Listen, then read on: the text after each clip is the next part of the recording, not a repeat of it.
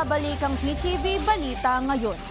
Nararapat lamang na imbestigahan ng umano'y posibleng katiwalian sa mga proyektong infrastruktura na ginawa para sa SEA Games noong 2019. Ayon kay Palace Press Officer Yusek Claire Castro, mandato ng National Bureau of Investigation o NBI na mag-imbestiga kung mayroong nakukuhang impormasyon na may kaugnayan sa anomalya. Kasunod ito ng sinabi ng NBI na plano nitong imbestigahan ang posibleng irregularidad sa 10 billion pesos na pondo para sa infra project sa naturang sports event. Una nang sinabi ni Senator Alan Peter Cayetano na tumayong chair ng organizing committee ng SEA Games na paninindak umano ang planong investigasyon ng NBI. Pero sagot dyan ni Castro, hindi may intimidate si Cayetano kung wala siyang kinatatakutan. Ano ba ang dapat gawin? Isa walang bahala? Tulugan? Ignore? O imbestigahan? Ang tao na wala naman na dapat katakutan ay hindi nai-intimidate kahit kailan.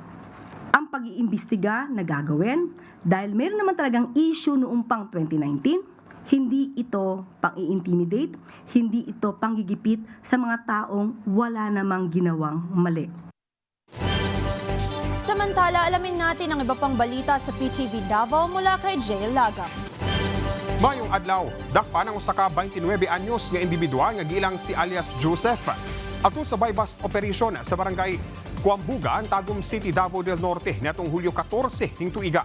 Sumalas kapulisan na palitan sa pusher buyer ang dinakpan og usa ka pakete sa gituang shabu gamit ang gimarkang bypass money. Nakumpiska sab gikan sa dinakpan ang unom kadugang nga mga pakete sa gituang shabu. Usa ka improvised glass shooter nga dunay shabu residue, usa ka coin purse ug usa ka motor nga gituang gigamit sa illegal nga transaksyon. Ang tanang nakumpiskang gituang shabu gibanabana ang mutimbang og 5 ka gramo ug adunay standard drug price nga kapin 34,000 pesos.